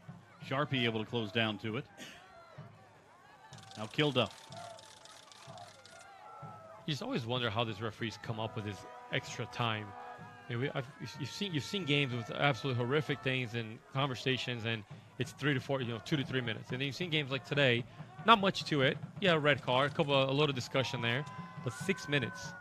Yeah, I thought we might have a minimum of 4, so it's not way out of line. We did see, 9 minutes A couple of weeks ago. Yeah, I don't know how they come up. There should be a formula. It's up to their discretion, but sometimes the discretion is not really to be trusted. It's a holdover from a traditional time. Anyway, we see the opposite side too. Sometimes it requires 6 minutes, and they give 3. That's right. Another sub for the Armada coming up. Giovanni Vasquez is taken off the warm-up. Yuma tried to clear it out, didn't get it out of the box. Chavez tried to get a foot to it. A dangerous clearance there from Yuma. He ends up making up for it, getting on the slide tackle, blocking off Chavez's shot. Here's Bennett working against Don Smart. Smart's got better pace, but Bennett with the body control. Brian Bennett into the box, taken down, wanting a PK, but instead it will be a throw-in for the Armada. And Bennett doing a really good job. As you mentioned, Dom Smart he's got pace on him, but Bennett using his body, blocking off his pathway, gets into the box. And I think if he would have delayed his shot just a little bit, then most likely would have been a PK because Dom Smart came in hard from the back. Giovanni Vasquez ready to check in. Likely the last sub for the Armada here. And he's going to come on for Derek Gebhardt, who scored the goal. I wouldn't say likely, Cole. I think that is the last sub because that's the last guy available on the bench. Yeah, unless they're going to go to Alexander Gojic, who's the backup goalkeeper. Unless you're ready to put on your boots and bring us down from the booth. I think that's the last sub. I just need 45 minutes to warm up. That's it. And then half an hour to 6 hours to cool down and ice. That's about right. So you're good for the second half. Yeah, of next Wednesday's game. You're early for it then. I'm early. Yeah, Coach Larry going deep into his bench here, trying to secure this win. Yeah, this is much about getting another defender in there.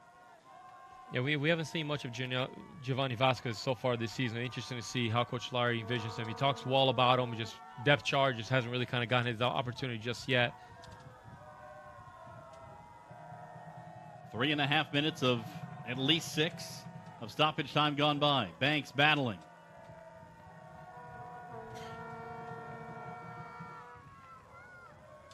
That'll be a throw-in for Miami.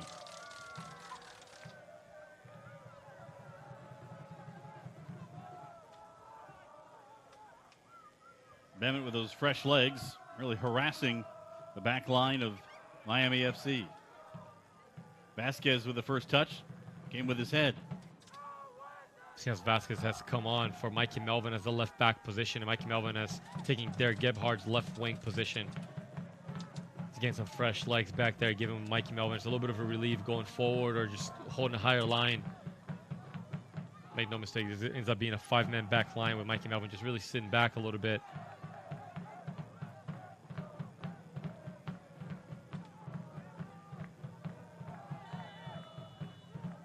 Chavez with a push right in the small of the back on Yuma. And you know Yuma will take his time on the ground here in stoppage time. Well, he'll do his best playing dead man role here, just trying to slow down as much as possible.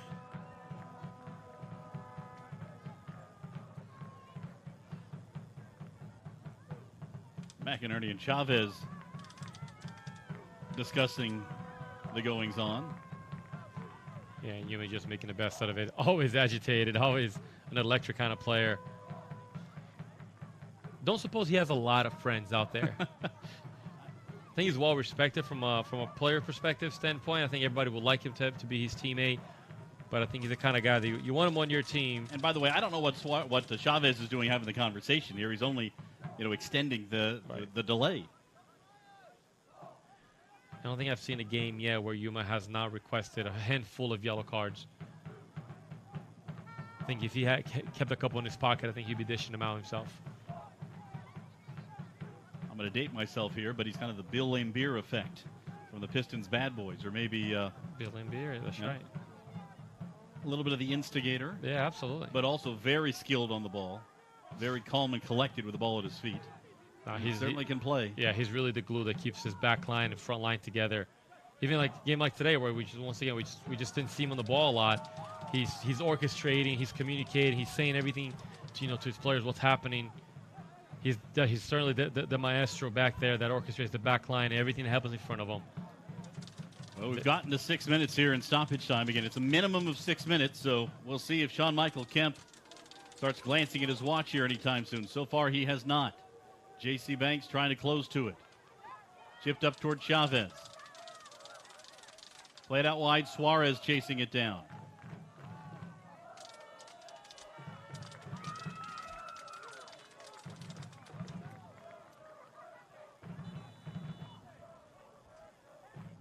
And are we going to have another card here? Seems like it. It is. I believe it's Wes Sharpie that has been booked. It's been a lot of yellow cards in this game. Vega coming forward now. There's nobody back in the Miami half of the field. We're in the dying seconds here. And after Sean Michael Kemp finishes the bookkeeping, there should be maybe just one more movement here for Miami. It's about 5 seconds of high intensity for Jacksonville Armada here, and they're going home with the win. Don Smart will serve it. Vega, the goalkeeper, is up there.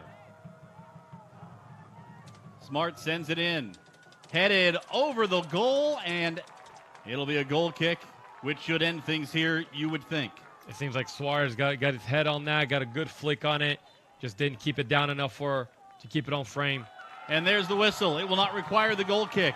For the first time since October of 2016, the Jacksonville Armada have defeated Miami FC. An 11th minute goal by Derek Gebhardt stands up, and the Armada remain unbeaten in the NPSL. Jacksonville 1, Miami FC 0. And that's a really good win for Coach Larry and his bunch. A game that he's been marked on his calendar for a while, coming back home, hosting Miami FC, the other dominant team in this league, in the NPSL. Known opponents, and 1-0 lead early in the game, holds off, and Armada go home with the win and stay unbeaten in the NPSL league. It sets things up very interestingly for the run to the division championship and perhaps beyond.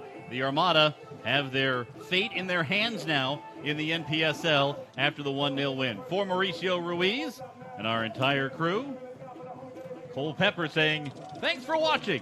Jacksonville Armada 1, Miami FC 0 here at Hodges Stadium.